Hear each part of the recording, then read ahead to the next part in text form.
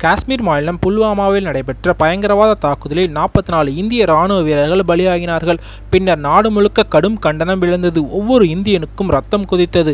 அதற்கெல்லாம் பதிலடி கொடுக்காமல் ஓய மாட்டேன் என்று அன்றைய முதல்வர் முடிவெடுத்தார் பிரதமர் மோடி. ராணுவத்தை தயார்படுத்த ஆணையிட்டு சிறப்பு படை தயாரானது. ராணுவத்திற்கு இந்தியா முழு சுதந்திரத்தையும் கொடுத்தது. இந்நிலையில் இன்று காலை பாகிஸ்தான் எல்லையில் இருக்கும் பயங்கரவாதிகள் முகாம் மீது இந்திய ராணுவம் 1000 கிலோ அளவிலான குண்டுகளை போட்டு தாக்கியது. ஜெய்ஷ் இ முகமது, லால்கி தொய்பா, முகமது ஜின் உள்ளிட்ட பயங்கரவாத முகாம்களை குறிவைத்து தாக்குதல் நடத்தியது. பாகிஸ்தான் மீது தாக்குதல் நடத்திய இந்திய ராணுவத்திற்கு பல்வேறு அமைப்பினரும் வாழ்த்துக்களை மலைபோல் வழங்கி வருகிறார்கள். இதைத் தொடர்ந்து இந்திய ராணுவம் கூடுதல் இயக்குனர் ஜெனரல் தனது ட்விட்டர் பக்கத்தில் கவிதை ஒன்றை பதிவிட்டுள்ளார். இந்த கவிதையில் கவிஞர் ராம்த்ரி சிங் உடையது.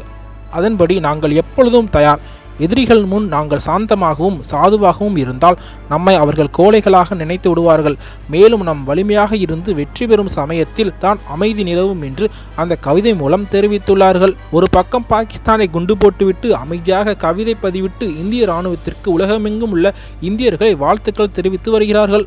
மேலும் இந்திய ராணுவத்திற்கு நாமும் வாழ்த்துக்களை தெரிவிப்போம். மேலும் இந்திய ராணுவத்தின் இந்த திறமையை பாராட்டி பல தலைவர்களும் தங்களுடைய கருத்துக்களை பதிவிட்டு வருகிறார்கள். இந்நிலையில் காங்கிரஸ் தலைவர் ராகுல் காந்தி, ஆம் ஆத்மி தலைவர் கெஜ்ரிவால், மேற்கு வங்காள முதல்வர் மம்தா பானர்ஜி உள்ளிட்ட பல தலைவர்களும் வாழ்த்துக்களையும் பெருமிதங்களையும் தெரிவித்து வருகிறார்கள்.